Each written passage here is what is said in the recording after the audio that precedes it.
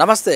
వి3 news స్వాగతం. లక్ష్యం సమాజయుతం. వి3 news focus కార్యక్రమంలో ఈరోజు మనతోటి తెలంగాణ ఉద్యమంలో ఒక వెలుగు వెలిగి ఒక సామాజిక తెలంగాణ కావాలని పరితపించిన వ్యక్తి, మరి ఉస్మానియా యూనివర్సిటీలో కానీ మరి మొత్తం తెలంగాణ వ్యాప్తంగా విద్యార్థులు చనిపోతున్న సందర్భంలో వీరులారా వందనం అని రాసి ఒక తెలంగాణ వ్యాప్తంగా కూడా మన్ననలు పొందినటువంటి వ్యక్తి మరి రాయపోల్ రాజు, అందరూ పిలుచుకునేది ముద్దు పేరు అంజన్న అలియాస్. ఇప్పుడు ప్రజెంట్ మనతోటి ఉన్నది దరువు అంజన్నగా చలమనవుతున్న తెలంగాణ ముద్దుబిడ్డ, సిద్దిపేట ముద్దుబిడ్డ, గజ్వేల్ నగరానికి దగ్గరలో ఉన్నటువంటి వ్యక్తి. తెలంగాణ కోసం ఇప్పటికి కూడా సామాజిక తెలంగాణ కావాలి, సమాజం మొత్తం కూడా బాగుపడాలని పరితపిస్తున్న వ్యక్తి మనతోటి ఉన్నారు. వారిని అడిగి తెలంగాణ విశేషాలు, జీవిత భవిష్యత్తు ఏందనేది, తెలంగాణ యొక్క సిద్ధాంతమైనటువంటి సిద్ధాంతకర్త ప్రొఫెసర్ జయశంకర్ గురించి వారు మాట్లాడుతున్న మాటలు ఎందుకు తెలుసుకుందాం. నమస్తే సార్. నమస్కారం అండి. ముందుగా వి3 ఛానల్ వారికి కళాభివందనాలు, ఉద్యమాభివందనాలు తెలియజేస్తున్నాను. ఎలా ఉన్నారు మరి? ఇన్ని రోజుల ప్రస్తావన, మీరు అనుకున్న తెలంగాణ వచ్చింది, 6 సంవత్సరాలు స్టార్ట్ అయింది ఇప్పటికీ. మరి మొదట 2 మాటల్లో అంటే తెలంగాణ వచ్చింది, కానీ మేము అనుకున్న తెలంగాణ రాలే. తెలంగాణ ప్రజలు ఏదైతే కోరుకున్నారో ఆ తెలంగాణ రాలే. పాలకులు ఏదైతే కోరుకున్నారో ఆ తెలంగాణ వచ్చింది మాత్రం స్పష్టంగా తెలుస్తూ ఉన్నది. మనం సామాజిక తెలంగాణ గురించి కొట్లాడినాము, సామాజిక తెలంగాణ గురించి ప్రాణాలు వదిలినాము, సామాజిక తెలంగాణ గురించే మన త్యాగాలు చేసి జీవితాన్ని అంకితం చేసినటువంటి సందర్భాలు ఉన్నాయి. కానీ ప్రస్తుతానికి వచ్చింది బంగారు తెలంగాణ పేరు మీద నడుస్తూ ఉన్నది, కానీ అది మనకు ప్రజలకైతే దానివల్ల ఒరిగింది ఏముందని నేను అనుకోవట్లేదు. మరి మొదటిసారి మా ఛానల్కి మీ ఇంటర్వ్యూ కనుక మీ పుట్టు పూర్వోత్సవం ఇప్పుడే మీ మాటల్లో చెప్పారు, గజ్వేల్ పక్కన అని. రియల్గా మరి మీరు రాజు, అంజయ్య గారు, ఈ 2 విషయాలు. ఓకే, యాక్చువల్లీ గజ్వేల్ అంటే మెదక్ జిల్లా, ఉమ్మడి జిల్లా ఉన్నప్పుడు గజ్వేల్ పక్కన దౌలతాబాద్ మండలం రాయపూల్ గ్రామం మాది యాక్చువల్లీ. సో అక్కడనే నా ఉన్నత అంటే స్కూల్ వరకు 10th వరకు అక్కడనే విద్యాభ్యాసం అయిపోయింది. దాని తర్వాత సిద్దిపేట డిగ్రీ కళాశాలలో డిగ్రీ చేశాను, గజ్వేల్ లోపల ఇంటర్మీడియట్ చేశాను. దాని తర్వాత ఉస్మాన్ యూనివర్సిటీకి రావడం జరిగింది. అంటే గ్రామీణ నేపథ్యం నుంచి రావడం ఏంటంటే గ్రామంలో ఉన్నప్పుడు నేను తెలంగాణ పేరు మీద కూడా కొన్ని ప్రోగ్రాంలు పెట్టడం జరిగింది. అప్పుడే యువజన సంఘాలకు నేను మన జిల్లా అధ్యక్షుడు కూడా పనిచేసి అప్పటి నుంచే సామాజిక స్పృహ నాకు ఉన్నది. యాక్చువల్లీ ఆ కాలంలో నేను ఎప్పుడైతే డిగ్రీకి సిద్దిపేటకు వెళ్ళడం జరిగిందో, ఆ సిద్దిపేటకు వెళ్ళినప్పుడు అక్కడ తెలంగాణ చైతన్య వేదిక అని ఒకటి ఏర్పాటు చేయడం జరిగింది. అది I think it is 1996 and 97 ఆ ప్రాంతం లోపల విరాహతల్ గారు ప్లస్ నందిని సిద్ధారెడ్డి, దేశపతి శ్రీనివాసు, షేక్ బాబా, జహాంగీరు. ఆ కాలంలో చెప్పుకోదగ్గ మంచి విషయం ఏంటంటే బల్లి లలితక్క కూడా ఆ కాలంలో ఆమెతో పాటలు పాడిన సందర్భం, ఆమె కోరస్ పడిన సందర్భం చాలా ఉంది. అది నిజంగా నాకు చాలా జన్మ ధన్యమైనట్టుగా భావిస్తున్నాను. ఎందుకంటే గొప్ప గాయని, గొప్ప ఉద్యమరాలు బల్లి లలితక్క. ఇప్పుడు చంపేయడం జరిగింది ఆమెను. యాక్చువల్లీ అక్కడ ప్రారంభమైన నేపథ్యం 1996లో తెలంగాణ ఉద్యమ చైతన్య వేదిక నుంచి ఇప్పటి వరకు కొనసాగింది. అదే ఉస్మాన్ యూనివర్సిటీ వరకు వచ్చేసింది అనమాట. జనరల్గా నాకు వచ్చిన సందర్భం మరి తెలంగాణ ఉద్యమం, మీరు సిద్దిపేట బిడ్డే కదా, సో తెలంగాణ ఉద్యమం సిద్దిపేటకు ఎలా తాకింది, అందులో మీ పాత్ర ఎలా ఉంది అప్పుడు? అంటే యాక్చువల్లీ ఒక్కటి బాగా చెప్పుకోవాల్సింది ఏంటంటే, కడుపు కోత ఎక్కడైతే ఉంటుందో, ఆకలి ఎక్కడైతే ఉంటుందో అక్కడ ఉద్యమం ఉంటుంది. ఆ సిద్దిపేట ప్రాంతం అనేది, మెదక్ జిల్లా ప్రాంతం అనేది చాలా ఆర్థికంగా, సామాజికంగా వెనుకబడ్డటువంటి ప్రాంతం. కాబట్టి ఆ ప్రాంతం లోపలే ఉద్యమాలు పుట్టుకొచ్చినటువంటి సందర్భాలనే 1996లో అక్కడ ప్రారంభమైంది ఉద్యమం అని నేను చాలా క్లియర్గా నమ్ముతా ఉన్నాను. అక్కడ నుంచి మేము అక్కడ తెలంగాణ ఉద్యమం పేరు మీద నడుస్తున్న పరిణామ క్రమం లోపల ఈ జానపద కళలను బతికించుకోవాలా, ప్రజా కళలను బతికించుకోవాలన్న పేరు మీద మేము అక్కడ దరువు కళా బృందాన్ని ఒకటి ఏర్పడడం చేయడం జరిగింది. దరువు ఎల్లన్న, కుంట శ్రీనివాసు, నేను, దమ్మని రాము, దమ్మని లక్ష్మణ్, చాలామంది మిత్రులు ఉన్నారు. అందరం కలిసి ఒక సంస్థను ఏర్పాటు చేసుకున్నాం, దాన్నే దరువు కళా బృందం పేరు మీద. అదే దరువు కళా బృందం వచ్చేసేసి ఉస్మాన్ యూనివర్సిటీకి ఎప్పుడైతే మేము అరంగేట్రం చేసినామో, అది అక్కడ మేము అక్కడ పాటలు పాడడం కానీ, చాలామందిని ఉత్తేజపరచడం కానీ జరిగి తద్వారానే నాకు దరువంజన నాకు పేరు రావడం అని కూడా తద్వారానే జరిగింది. దరువు 2 రకాలుగా ఉన్నట్టు కూడా తెలుస్తుంది. డిప్రెషన్ దానికి దీనికి డిఫరెన్స్ బిట్వీన్ దరువు అంటే ఏంటంటే, మాది దరువు కళా బృందం అనేది ప్రజా కళలను బతికించడానికి, గ్రామీణ నేపథ్యంలో ఉన్నటువంటి కళలను బయటికి తీసుకురావడానికి పనిచేసినటువంటి సంస్థ. 1996, 97 ఆ ప్రాంతంలో మేము ఏర్పాటు చేసుకోవడం జరిగింది. అయితే ఈ మధ్యాహ్నం వచ్చేసేసి ఏదైతే టీవీ ఛానల్లో ఉన్నటువంటి వాళ్ళతో దరువు అని ఒక ప్రోగ్రామ్ని పెట్టేసేసి అక్కడ ఉన్నటువంటి కొంతమంది కళాకారులను పిలిపించేసి పాటలు పాడిపించేసి దరువు అని ఒక ప్రోగ్రాం పెట్టింది. అది అనేది ఒక ప్రోగ్రామ్ మాత్రమే. ఇది అనేది ఒక సంస్థ. రాష్ట్ర వ్యాప్తంగా మా కార్యవర్గాలనే, మాకు జిల్లాలలో మాకు కార్యకర్తలు ఉన్నారు. మాకు వెల్ ఎస్టాబ్లిష్డ్ దరువు సంస్థ ఉన్నది. మాకు ఓయూలో కూడా జేఏసీ కన్వీనర్గా పనిచేశారు. మరి ఆ సమయంలో మీ యొక్క అనుభవాలు ఎలా ఉండే? యాక్చువల్ ఏంటంటే ఉస్మాన్ యూనివర్సిటీలో ఉద్యమం మొదలైంది మా ద్వారా నేను చెప్పుకోవచ్చు.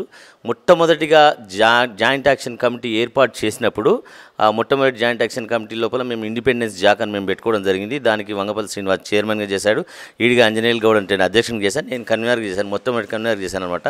అప్పుడు మేము చేసింది కూడా సామాజిక తెలంగాణ దృక్పథాన్ని కొండ లక్ష్మణ్ బాపూజీ గారే జెండా ఊపి దాన్ని ప్రారంభించడం జరిగింది. అయితే ఆ సామాజిక తెలంగాణ అనే ప్రధాన ధ్యేయంగా మేము పనిచేసి ఆ జేఏసీని పనిచేసినాం. తద్వారా చాలా జేఏసీలు వచ్చేసేసినాయి. తర్వాత జేఏసీలు వచ్చిన తర్వాత ఇంకా ఏం జరిగిందన్న విషయం ప్రజలందరికీ కూడా తెలిసిన విషయం అదే.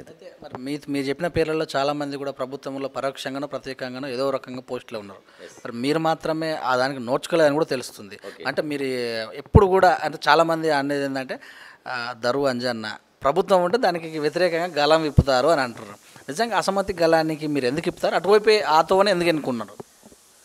కవి, గాయకుడు, రచయిత ఎప్పుడైనా కానీ రాజ్యాన్ని ప్రశ్నించే వైపే ఉండాలి, అంటే ప్రజల వైపే ఉండాలి.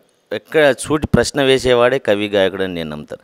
ప్రజల వైపే మేము ఉంటాం కాబట్టి, ఏ పార్టీ వైపు మేము ఉండలేదు కాబట్టి మేము ఇప్పుడు ఉన్నటువంటి ప్రభుత్వం లోపల మాకు ఎటువంటి పదవులు మేము ఆశించలేదు, మాకు రాలేదు. ఇప్పుడు చాలామందికి వచ్చాయి, వాళ్ళ జీవితము, వాళ్ళ వ్యక్తిగత విషయాలు మనకు అవసరం లేని విషయం. వాళ్ళు చేస్తూ ఉన్నారు, వాళ్ళు చేయడం తప్పని నేనేం భావించట్లేదు. యాక్చువల్లీ నేను ప్రజల వైపు ఉన్నాను కాబట్టి ఇప్పటి వరకు కాదు, చనిపోయేంత వరకు కూడా నా గొంతులో ప్రాణం అంత వరకు కూడా ప్రజల కొరకే పాడతా, ప్రజల కొరకే ఖచ్చితంగా జీవిస్తాను. ఉస్మానియా యూనివర్సిటీలో చదువుకున్నటువంటి వాళ్ళు, ప్రభుత్వంలో మంచి పదవులు అనుభవిస్తున్న వాళ్ళు ఉస్మానియా యూనివర్సిటీ గురించి, అక్కడ వచ్చినటువంటి ఉత్సవాల గురించి కూడా ఏం మాట్లాడలేదు అని కూడా అంటున్నారు. మరి ఈ విషయం పైన మీరు ఎలా స్పందిస్తారు? అంటే ఉద్యమాల వైపు వాళ్ళు ఉన్నవాళ్ళు కూడా ఇప్పుడు ఏం మాట్లాడలేదని మీ ప్రశ్న అయితే ఏంటంటే, వాళ్ళు ఒకరి కింద వర్క్ చేయడం జరుగుతుంది, అంటే ఒకరి ఆజ్ఞానుసారంగా పనిచేయడం జరుగుతుంది. కాబట్టి వాళ్ళ ఆజ్ఞ ఎలా విధంగా ఉంటే మాట్లాడమంటే మాట్లాడుతూ ఉన్నారు, మాట్లాడకపోతే మాట్లాడతలేరు. కాబట్టి అది వాళ్ళ వ్యక్తిగతానికి వదిలేయాల్సి వస్తుంది అంతే. ప్రొఫెసర్ జయశంకర్ సార్ తెలంగాణ సిద్ధాంతకర్త అని చెప్పుకుంటారు. అలాగపోతే అంజన్న గారు కూడా ఉన్నారు, గూడ అంజన్న గారు కూడా. చాలామంది ఇలాగా ప్రాణత్యాగాలు చేసిన వాళ్ళు తెలంగాణ కోసం. సామాజిక బాపూజీ, కొండ లక్ష్మణ్ బాపూజీరావు ఒకప్పుడు వాళ్ళ ఫోటోలు పెట్టుకున్నటువంటి ప్రభుత్వాలు, పార్టీలు ప్రతి ఒక్కరు కూడా చిన్న సందర్భం వచ్చినా వాళ్ళని కొనియాడేవాళ్ళు. ఇప్పుడు కనుమరుగైపోయింది అన్నట్టు కూడా భావించే అవకాశం వచ్చింది. మరి దీన్ని ఎలా చూడాలి? అంటే ఇప్పుడు జాతీయ ఉద్యమాలు తీసుకున్నా కానీ షహీద్ భగత్ సింగ్ కానీ, చంద్రశేఖర్ ఆజాద్ కానీ, వీర సావర్కర్ లాంటి వాళ్ళు కానీ చాలామంది కూడా, అల్లూరి సీతారామరాజు కానీ ప్రాణత్యాగం చేసిన వాళ్ళని ఇప్పుడు మనం ఎంతగా కొనియాడుతున్నాం అనేది మనకు తెలిసిన విషయమే. అదేవిధంగా ఇప్పుడు జయశంకర్ గారిని కూడా మనం కొనియాడుతున్నాం. 10 జిల్లాల ఎదపై పరసిపోతివా ఉద్యమాల జెండా, ఎగరేయమంటివా వెనకడుగు వేయకుండా, ఓ జయశంకరు సారు 10 జిల్లాల ఎదపై పరచిపోతివా ఉద్యమాల జెండా, ఎగరేయమంటివా వెనకడుగు వేయకుండా. కొండ లక్ష్మణ్ బాపూజీ గారు కానీ, గూడ అంజన్న గారు కానీ బండెనుక బండి గట్టి అట్లా ప్రారంభమైనటువంటి ఉద్యమం. ఊరు మనదిరా, ఈ వాడ మనదిరా, ఆ విధంగా గూడంజన్న గారి పాటలు చాలా ప్రజల్ని ఉద్యమం వైపు మరలించినటువంటి ప్రాశస్త్యం ఉన్నది. అదేవిధంగా కొండ లక్ష్మణ బాపూజీ కూడా తెలంగాణ గురించి చాలా కష్టపడ్డాడు. ఆయన బతికినన్ని రోజులు కూడా తెలంగాణ గురించి బతికినని కూడా చెప్పుకోవచ్చు. అయితే మరి ఇలాంటి వాళ్ళని, అదే నా క్వశ్చన్ ఏంటంటే, ఎప్పుడైతే వాళ్ళ పేరు చెప్పుకొని వాళ్ళ ప్రతి సందర్భంలో వాళ్ళని కొనియాడినటువంటి పార్టీలు, ప్రభుత్వాలే ఇప్పుడు వాళ్ళ ఫ్లెక్సీలలో వాళ్ళ బొమ్మలు కనుమరుగైపోయినాయని అంటున్నారు. మరి వీటిని చూసిన సందర్భాలలో మీ యొక్క కవిగా దీన్ని ఎలాగా విస్తరిస్తారు? అంటే తెలంగాణ వచ్చినటువంటి మొదట్లో జయశంకర్నే జాతిపిత అన్నారు. జయశంకర్ బొమ్మ పెట్టుకుంది తెలంగాణ ఉద్యమం ఎక్కడ జరగలేదు. రాను జయశంకర్ బొమ్మ అనేది కనుమరుగైపోయింది. ఎందుకంటే జయశంకర్ కలలు కన్నటువంటి తెలంగాణ వేరు, ఇప్పుడు నడుస్తున్నటువంటి తెలంగాణ వేరు. ఇప్పుడు నడుస్తున్న తెలంగాణకు అనుగుణంగా మాత్రమే వాళ్ళు పోస్టర్లు వేసుకోవడం జరుగుతుంది, బ్యానర్లు వేసుకోవడం జరుగుతుంది, వెనుక ఫ్లెక్సీలు వేసుకోవడం జరుగుతుంది. వాళ్ళ పార్టీకి అనుగుణంగా వాళ్ళు వేసుకోవడం జరుగుతుంది. కాబట్టి అక్కడ జయశంకర్ బొమ్మలు చెప్పడం పెద్ద అతిశయోక్తి కూడా ఏం లేకపోవచ్చు. మరి ఇక చూసినట్టయితే మరి వీరులారా వందనం అనే ఒక పాట, అద్భుతమైన పాట, తెలంగాణ మొత్తాన్ని కూడా కంటతడి పెట్టించినటువంటి పాట. మరి ఈ పాట రాసేటప్పుడు మీరు ఆ సందర్భంలో మీకు అనిపించినటువంటి అలజడి, ఆ ఉద్యమం 2 మాటలలో?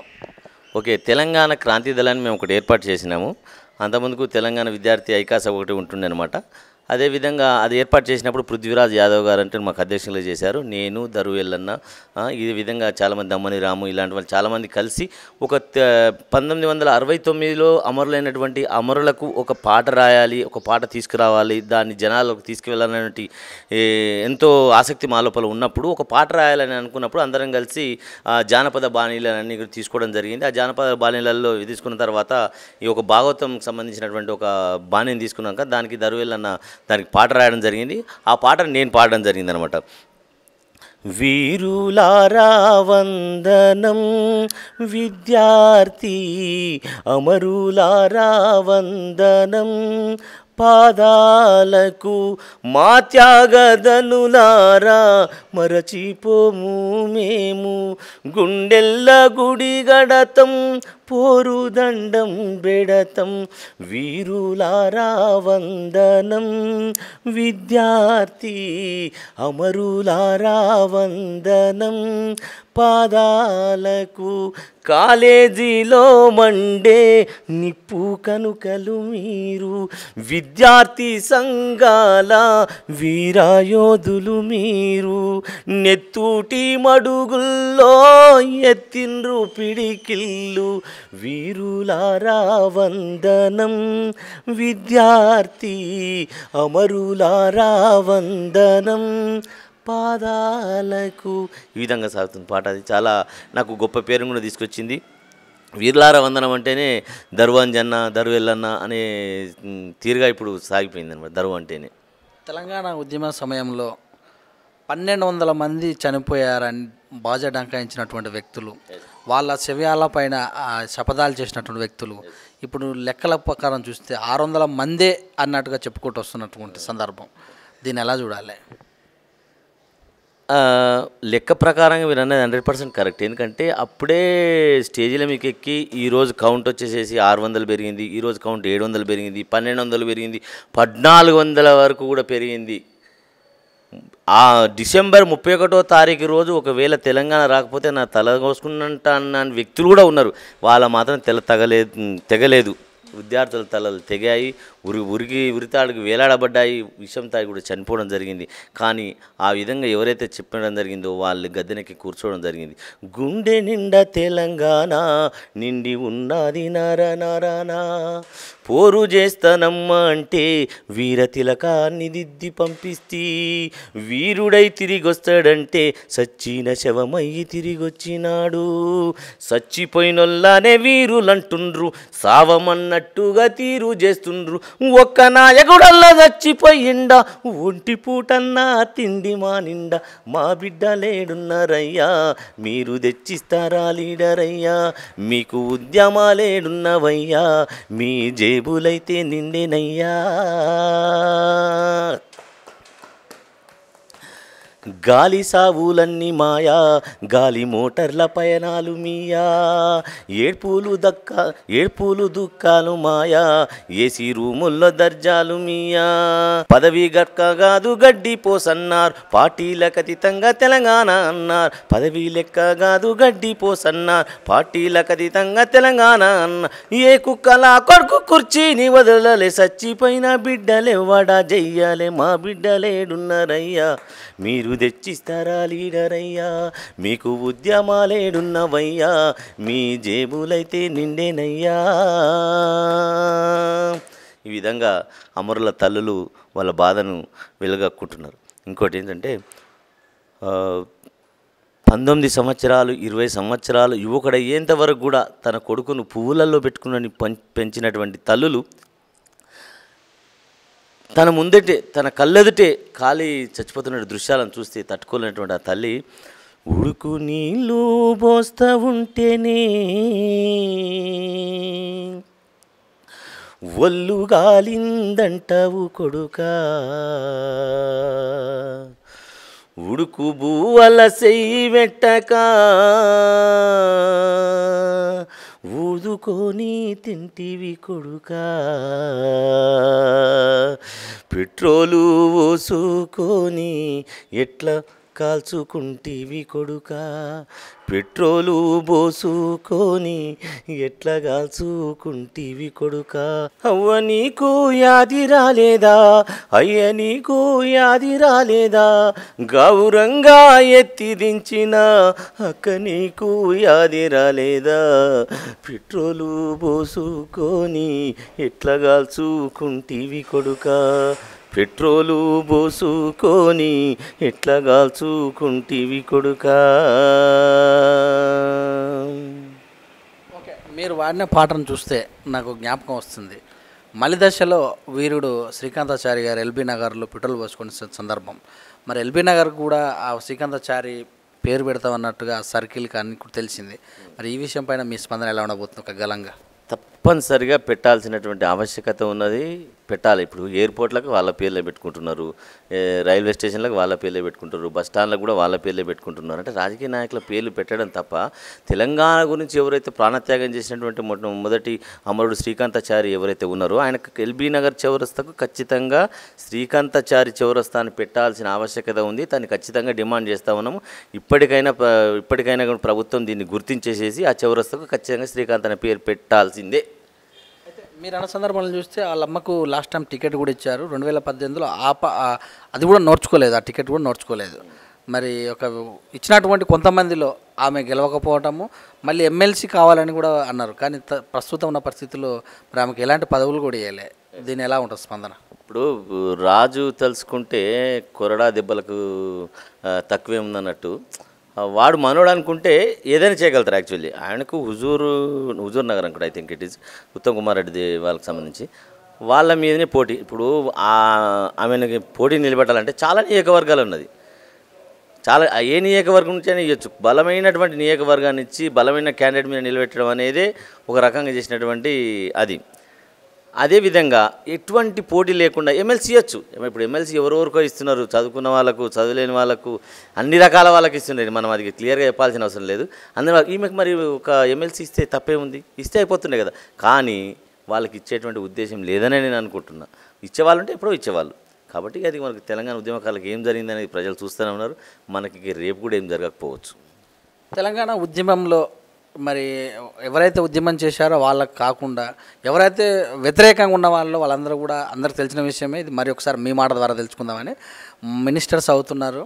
వాళ్ళే పెద్ద పెద్ద దగ్గర కేసీఆర్కి అనుచరులుగా ఉంటున్న సందర్భాలు కూడా చాలా ఉన్నాయి. మరి దీని మీద మీ గలం ఎలా ఉంటుంది? అంటే ఇప్పుడు నేను కొత్తగా చెప్పాల్సిన అవసరం లేదు. ఇప్పుడు మీరు తెరపైన చూస్తూ ఉన్నారు. ఎవరైతే కాదన్న మంత్రులు ఉన్నారో, ఎవరైతే తొడలు కొట్టేసేసేసి తెలంగాణకు మీరు హైదరాబాద్ నుంచి నేను ఎలగొడతానని అన్నటువంటి వ్యక్తులు అయితే ఉన్నారో వాళ్ళు ఈరోజు మంత్రులు అయినారు. ఎవరైతే తెలంగాణ గురించి ఖబర్దార్ అని చెప్పిన వాళ్ళైతే ఉన్నారో వాళ్ళు ఈరోజు మంత్రులు అయినారు. ఎవరైతే తెలంగాణ గురించి ప్రాణత్యాగాలు చేసి 100 కేసులు పెట్టుకొని జైళ్ళల్లో మగ్గిన వాళ్ళు ఎవరైతే ఉన్నారో ఈరోజు గ్రామాలలో ఉద్యోగాలు లేకుండా, తినడానికి తిండి లేకుండా, వ్యవసాయం చేసుకోలేని పరిస్థితి లేకుండా తెలంగాణ గురించి పోలాని పేరు ఒక్కటి మాత్రం ఉంది. అంతే, ఆ యొక్క సంతృప్తి ఉంది తప్ప ఎటువంటి జీవనోపాధి కూడా కల్పించకుండా ఉన్నటువంటి సందర్భాలు ఉన్నాయి. ఎందుకంటే ఇప్పుడు అందరికీ తెలుసు ఆ విషయం. ఎందుకంటే ఎవరైతే తెలంగాణ గురించి పోరాడని వాళ్ళు ఉండి వ్యతిరేకంగా పోరాడిన వాళ్ళు ఉన్నారో వాళ్ళందరూ ఇప్పుడు మంత్రివర్గంలో ఉన్నారు.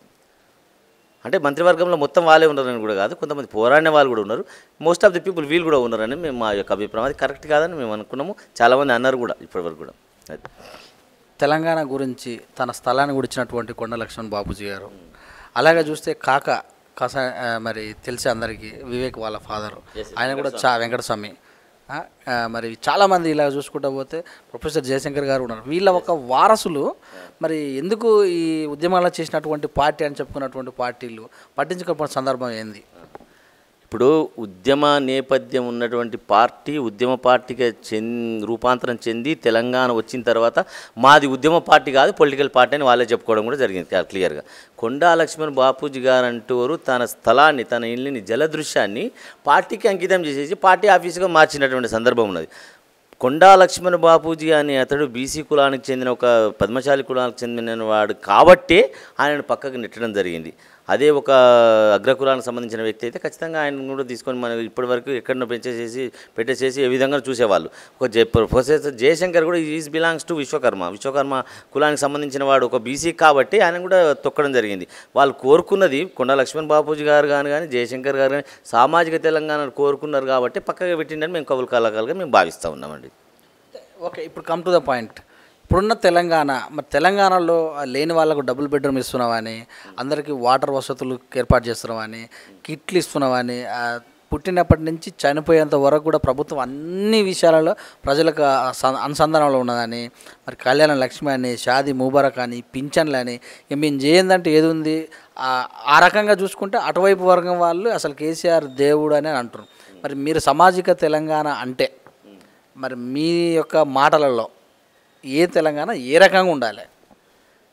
అంటే ఇప్పుడు వీళ్ళు ఏవైతే టీఆర్ఎస్ ప్రభుత్వం ప్రవేశపెట్టినటువంటి పథకాలు ఏవైతే ఉన్నాయో చాలా బాగున్నాయి పథకాలన్నిటి కళ్యాణ లక్ష్మి బాగానే ఉన్నది, డబుల్ బెడ్రూమ్ బాగానే ఉన్నది, ఇంకా ఏది పెట్టినా కాకతీయ ఉంది, భగీరథ మంచిగా ఉంది. కానీ దాన్ని అమలు లోపల ఏ విధంగా ఉన్నది మనం దాన్ని ఆలోచించాల్సిన ఆవశ్యకత ఉన్నది. ఇప్పుడు కళ్యాణ లక్ష్మిది ఏ విధంగా అమలు అవుతూ ఉన్నది, డబుల్ బెడ్రూమ్లో ఎంత రావడం జరిగింది, మిషన్ భగీరథ ఎంతవరకు వచ్చింది, మిషన్ కాకతీయ ఎంతవరకు వచ్చేసింది అనేది మనకు చాలా క్లియర్గా మనకు అర్థమవుతున్నది. మొన్ననే కాళేశ్వరం కూడా మొన్ననే స్టార్ట్ చేయడం జరిగింది. దాని నీళ్ళు ఇప్పుడు ఎంతవరకు దానివల్ల లబ్ధి పొందుతున్న విషయాన్ని కూడా ప్రజలకు చాలా క్లియర్గా తెలుసు. అయితే పథకాలు మాత్రం బాగున్నాయి, అంటే పేరుకు చెప్పుకోవడానికి చాలా క్లియర్గా ఉన్నాయి, దేశంలోనే అగ్రగామిగా పథకాలలో చెప్పుకోవచ్చు. కానీ వాటి అమలు లోపల ఇంకా క్లారిటీ రాలేదు, ఇంకా చాలా టైం పట్టవచ్చు అవి అమలు చెందాలంటే. అప్పుడు ఆ పథకాలు ఒకవేళ అమలు చెందితే నిజంగా సామాజిక తెలంగాణ వస్తుంది.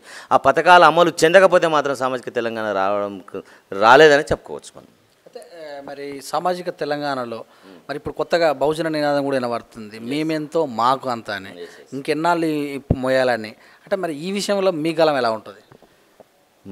మేమెంతో మాకంత, మా సంఖ్య ఎంతో మాకంత అని కాంశీరామ్ గారు చెప్పారు, మన అంబేద్కర్ గారు చెప్పారు, అంతే. కానీ యాక్చువల్ ఏంటంటే బీసీలలో ఉన్నటువంటి చైతన్యం అనేది ఇంకా రాకపోవడం వల్ల, మహాత్మా పూలే చెప్పినటువంటి భావనలు ఇంకా ఆచరణకు రాకపోవడం వల్ల, అంబేద్కర్ చెప్పినటువంటి భావనలు ఇంకా ఆచరణకు రాకపోవడం అనేది దీనికి కారణం చెప్పుకోవచ్చు. ఇంకా ప్రజలు తెలంగాణలో ఉన్నటువంటి ఇంకా దేశంలో కూడా యాక్చువల్లీ వెనుకబడి ఉన్నటువంటి బీసీలలో దళితులలో కూడా ఖచ్చితంగా చైతన్యం రావాల్సిన అవసరం ఇంకా ఉన్నది. ఆ చైతన్యం వచ్చిన తర్వాత ఖచ్చితంగా ఎప్పుడైతే సామాజిక పరంగా ఉన్నటువంటి ఎక్కువగా ఉన్నటువంటి బీసీలు రాజ్యాధికారానికి వస్తారో, ఎప్పుడైతే దళితులు రాజ్యాధికారానికి వస్తారో ఖచ్చితంగా సామాజిక తెలంగాణ ఏర్పడుతుందని మేము ఖచ్చితంగా నమ్ముతా ఉన్నాం. కవులు కళాకారులుగా దాన్ని ఘంటాపదంగా చెప్తా ఉన్నాం. ఖచ్చితంగా రేపు రాబోయేటువంటి కాలంలో కూడా ఖచ్చితంగా రాజ్యాధికారానికి దళితులే రావాలా, ఖచ్చితంగా బహుజనులే రాజ్యాధికారాన్ని వేయాలని మేము కవులు కళాకారులుగా కోరుకుంటున్నాం. మొన్న నందిని సిద్ధారెడ్డి గారు ఒక మాట చెప్పారు, కవులందరూ కూడా దాన్ని వ్యతిరేకించారు. ఈ తెలంగాణ వచ్చిన సందర్భంగా అందరికీ బాగానే ఎవరు, కవులందరూ కూడా సపోర్ట్ చేయాలన్నట్టుగా ఒక మాట మాట్లాడారు. మరి నిజమేనా? ఈ విషయంలో ఎలా ముందుకెళ్తారు? వ్యక్తిగతంగా చెప్పాలంటే నందిని సిద్ధారెడ్డి గారు నాకు గురువు లాంటి వాళ్ళు, చాలా మంచి వాళ్ళు. కానీ కాకపోతే ఏంటంటే ఈరోజు కవులు కళాకారులు అందరూ కూడా మంచిగానే ఉంటున్న విషయాన్ని మాత్రం నేను ఏకీభవించట్లేదు. ఎందుకంటే 500 మందికి ఉద్యోగాలు ఇచ్చి అందులో సైడ్ డ్యాన్సర్స్ కొంతమందికి ఇచ్చేసేసేసి, కళాకారులు కాని వాళ్ళకే కొంతమంది ఇచ్చేసేసేసి, అప్పుడు కూడా మేము 2014లో తెలంగాణ వచ్చిన తర్వాత 2015 ఆ ప్రాంతం లోపల మేము దుఃఖాల ధూమ్ధాం పేరు మీద నేను నిర్మలా కిషోర్ సారథ్యం లోపల ఒక సభ పెట్టేసేస్తే అప్పుడు ఉన్నటువంటి ఒక ఎమ్మెల్యే ఆయన కూడా కళాకారుడే నా మీద అట్రాసిటీ కేసులు బుక్ చేయడం జరిగింది, ఫోన్లు చేసి బెదిరించడం కూడా జరిగింది, చాలాటువంటి బెదిరింపులు కూడా నాకు రావడం జరిగింది. అయినా కూడా మేము బెదిరినటువంటి సందర్భాలు కూడా ఏం లేవు, మేము బెదిరం కూడా, ఎందుకంటే మేము ప్రజల గురించి బతుకుతాం, ప్రజల గురించి చస్తాం కాబట్టి. అయితే ఏంటంటే కొంతమంది అంటే ఇప్పుడు యక్షగానం చేసే వాళ్ళు ఉన్నారు, చాలామంది ఉన్నారు, దాసరోళ్ళు ఉన్నారు, చాలామంది రుంజ వాళ్ళు ఉన్నారు, చాలామంది కళాకారులు ఎవరైతే ఉన్నారో వాళ్ళకి నిజమైనటువంటి భుక్తి దొరకట్లేదు, నిజమైనటువంటి వసతులు కల్పించట్లేదు, నిజంగా వాళ్ళని ఆదరించినటువంటి సందర్భాలు కూడా లేవు. కాబట్టి ఆ 500 మందికి కాకుండా ఒక 2000 మందికో 3000 మందికో జిల్లాలో ఉన్న వారికి జిల్లాలలో సదుపాయం ఏర్పాటు చేసి, రాష్ట్ర స్థాయిలో ఉన్నటువంటి కళాకారులకు రాష్ట్ర స్థాయిలో ఏర్పాటు చేసేసి అందరి కళాకారులకు కడుపు నిండా చెబితే అప్పుడు కళాకారులు మంచిగా ఉన్నట్టు ఉంటుంది. కానీ ఎవరైతే ఇప్పుడు ప్రభుత్వానికి భజన చేసేసేసి ఏదైతే ప్రభుత్వం ఏదైతే చెప్తుందో దానికే పాటలు పాడండి అని చెప్తే అదే పాటలు పాడే వాళ్ళని చూసేసేసి కళాకారులు మొత్తము బాగా ఉన్నారని చెప్పుకోవడం అనేది అది నేనైతే సమర్థించట్లేదు. తెలంగాణ ఉద్యమంలో అంటే తెలంగాణ కావాలన్న కాంక్షతోటి దాదాపు గల్లీకొక కవి పాటలు పాడేవాళ్ళు కూడా వచ్చారు. ఆ పాటలు ఎప్పుడు మెస్లేవి. తెలంగాణ వచ్చిన తర్వాత నిజంగా అంత సమస్య పోయిందా? మరి ఎందుకు ఈ కళాకారులు కవులు ఎక్కడ కూడా మరి ఇప్పుడున్న పరిస్థితుల మీద పాడలేకపోతారు మరి? చాలా మంచి క్వశ్చనే సార్. యాక్చువల్లీ చాలా మంచి question. It is a beautiful question. Telangana రాకముందు ఉన్నటువంటి పాటలు తెలంగాణ వచ్చిన తర్వాత ఎందుకు లేదన్నది మీ ప్రధానమైనటువంటి ప్రశ్న. ఎందుకంటే తెలంగాణ రాకముందు ప్రతి చెట్టును దాకినా ప్రతి పుట్టను దాకినా ఒక ఉద్యమ నేపథ్యం ఉండేది కాబట్టి ప్రతి ఒక్క కళాకారుడు చిన్నవాడితో మొదలుకుంటే ముసలివాడి వరకు పాటలు పాడేది, ఆటలు ఆడేది, ధూమ్ధాముల పేరు మీద ఎన్నో ప్రోగ్రాంలు చేసినటువంటి చారిత్రాత్మక నేపథ్యం మన దగ్గర ఉన్నది. కాకపోతే తెలంగాణ వచ్చిన తర్వాత కొంతమందికి ఉద్యోగాల పేరు మీద మంచి మంచి కొంత నేను చెప్పినటువంటి 500 మంది కళాకారులు కొంతమంది ఎవరైతే 50% ఆఫ్ ద పీపుల్ ఎవరైతే ఉన్నారో వాళ్ళకి నిజంగా ఆర్టిస్టులు కాని వాళ్ళకి ఉద్యోగాలు ఇచ్చినటువంటి మాట వాస్తవం. అందులో మంచి కళాకారులు కూడా కొంతమంది ఇచ్చారు. అంటే మాలాంటి వాళ్ళకి ఇవ్వలేదు అనుకుంటే కొంతమందికి ఇచ్చారు. అందులో కొంత గొప్ప కళాకారులు కూడా ఉన్నారు, గొప్ప రచయితలు కూడా ఉన్నారు, గొప్ప డ్యాన్సర్లు కూడా ఉన్నారు. వాళ్ళకి ఎప్పుడైతే ఇవ్వడం జరిగిందో వాళ్ళ నోటి నుండి ప్రభుత్వ పాటలు తప్ప సామాజిక పరంగా ఉన్నటువంటి పాటలు వచ్చినటువంటి సందర్భాలు ఇప్పటికైతే కనబడలేదు. అక్కడక్కడ కొన్ని ఉంటే ఉండొచ్చు కానీ ఇప్పటివరకు కనబడలేదు. చాలామందిని అదే విధంగా చేయడం అనేది ఒకవేళ ప్రభుత్వం మీద వ్యతిరేకత పాడితే కానీ రాస్తే కానీ వాళ్ళ మీద రాజ్యము అనగదొక్కే ప్రయత్నం చేయడం కానీ జరుగుతుంది. కాబట్టి అంతకుముందుకు మేము వాళ్ళు పాలించినప్పుడు ఎన్ని పాడినా కానీ తెలంగాణ గురించనే నడిచిపోయేది. ఇప్పుడు పాడితే వాళ్ళు అనగదొక్కే ప్రయత్నం చేసినప్పుడు చాలామంది కళాకారులు కూడా వాళ్ళ పనులలో వాళ్ళు నిమగ్నం ఉండడం దీనికి ప్రధానమైన కారణంగా చెప్పుకోవచ్చు. అయితే దేశంలో రాష్ట్రంలో దేశంలో అయితే జాతీయతకు ఎవరైనా దేశంలో వాళ్ళు గలం ఎప్పితే వీడు భారతదేశానికి వ్యతిరేకంగా మాట్లాడుతారని, రాష్ట్రంలోకి వస్తేనేమో తెలంగాణ వ్యతిరేకమైన ముద్రలు వేస్తారు గలం మీద. మరి దీని మీద మీరు ఎలా స్పందిస్తారు? ఎప్పుడైతే గలాన్ని అణిచే ప్రయత్నం చేస్తారో కళాన్ని అణిచే ప్రయత్నం చేస్తుందో అంత ఉవ్వెత్తున ఒక బాణలు కొడితే ఎంతైతే రివర్స్గా వస్తుందో అంతే వచ్చే ప్రయత్నం చేస్తూ వస్తుంది. అది చరిత్ర చెప్పినటువంటి నిజం. ఖచ్చితంగా గలాన్ని నొక్కే ప్రయత్నం చేయకండి, కళాన్ని కూడా రాయకుండా చేసే ప్రయత్నం అస్సలు చేయదు. ఎందుకంటే కవులు కళాకారులతో పెట్టుకున్నటువంటి ఏ రాజ్యం కూడా కూలినటువంటి చరిత్ర ఉంది కానీ నిలిచినటువంటి చరిత్ర లేదు. ఎవరికైనా ఇది ఒక హెచ్చరిక లాగానే మేము చెప్పడం జరుగుతుంది. రాబోయే రోజులలో అంటే మీరు ఏమైనా పార్టీలో జాయిన్ అయ్యే అవకాశం ఉందా? ఏమైనా పార్టీ నుంచి సపోర్టింగ్ తీసుకునే అవకాశం ఉందా? ఈ అన్నిటి కూడా దాని నియోజకవర్గంలో పోటీ చేసే అవకాశం ఏమైనా ఉన్నదా?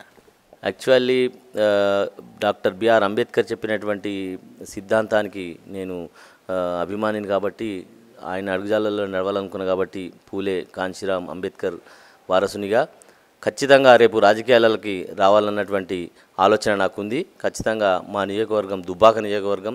ఆ దుబ్బాక నియోజకవర్గంలో ఇప్పటికీ నేను చాలా కార్యక్రమాలలో ఉన్నాను. సాంఘిక కార్యక్రమాలు, సామాజిక పరంగా చాలా కార్యక్రమాలు చేశాను. రేపు రాబోయే కాలంలో ఖచ్చితంగా రాజకీయాలకు రావాలన్న ఆలోచన నాకు దృక్పథం ఉన్నది. ఖచ్చితంగా రేపు రాజకీయాలకు వస్తాను, ఖచ్చితంగా గెలిచి తీరుతాను, అసెంబ్లీలో ఉంటానని చెప్తా ఉన్నాను. చివరగా మరి మీకు మీ యొక్క కుటుంబ నేపథ్యం, మీకు 5 అక్క చెల్లెలని తెలుస్తుంది. చిన్నప్పటి నుంచి కూడా చాలా కష్టపడ్డారని కూడా తెలుస్తుంది 2 మాటలలో. యాక్చువల్లీ ఏంటంటే నేను ఒక్కనే కొడుకును, 6 మంది అక్కయ్యలు అనమాట. 3 అక్కలు, 3 చెల్లెళ్ళు. చిన్నప్పటి నుంచి కూడా మా నాయన ఒక గుమస్తాగా పనిచేసేవాడు, మా అమ్మ బట్టలు కుడుతుంది. ఇప్పుడు వచ్చిన తర్వాత నేను 2004లో మ్యారేజ్ చేసుకోవడం జరిగింది. ఆమె పేరు సునీత. ఆమె ఎంకామ్ ఐసిడబ్ల్యూ చదివింది. అప్పుడు ఇంతకుముందుకు ఎంతైతే కష్టపడి అందరినీ పెళ్ళిళ్ళు చేయడం కూడా జరిగింది. చాలా కష్టపడ్డాం, చాలా పూర్ ఫ్యామిలీ వచ్చినటువంటి చరిత్ర మాకుంది. ఇప్పుడు ఆ కష్టమే ఇప్పుడు మేము కొద్దిగా సెటిల్ కావడానికి కూడా ఒక దీవెనగా పనిచేస్తూ ఉన్నది. ఆమె కూడా వర్క్ చేస్తూ ఉంది, నేను కూడా వర్క్ చేసుకుంటున్నాను. ప్రస్తుతానికైతే బాగానే ఉన్నాము. అది థ్యాంక్ యూ. విశ్వకర్మ అంటే క్రియేటర్, కానీ మీరు దానికి కాకుండా కళాన్ని గలాన్ని విప్పుతారు. నిజంగా కూడా మరి ఎక్కడ మీ యొక్క ఈ టైపు మారాల్సి వచ్చింది? విశ్వకర్మ అంటే యాక్చువల్లీ ఏంటంటే నేను విశ్వకర్మ జాతికి సంబంధించి కమ్మరి కులంలో పుట్టినటువంటి వ్యక్తిని యాక్చువల్లీ. కానీ ఎప్పుడు కూడా నేను కమ్మరి కులానికి చెందిన వ్యక్తిగా కూడా ఎప్పుడు కూడా చెప్పుకోవడం జరగలేదు. ఎప్పుడైనా దళిత జాతులతో తిరగడం వల్ల, బహుజనులతో తిరగడం వల్ల నన్ను వేరే క్యాస్ట్ అని అనుకున్నారు. అయినా పెద్ద నాకు ఆ సంతృప్తిగానే ఉంది, కానీ నాకు ఎక్కడ కూడా బాధ అనిపించిన విషయం లేదు. నేను బీసీని, బీసీ కులానికి చెందిన కమ్మరి కులానికి చెందినటువంటి వ్యక్తిని, అందులో విశ్వకర్మను. అయితే ఇప్పుడు కనబడిన విశ్వకర్మలు చాలా వెనుకబడి ఉన్నారు కాబట్టి విశ్వకర్మలకు కూడా సంబంధించి కూడా నేను పనిచేయాలని అనుకుంటున్నా.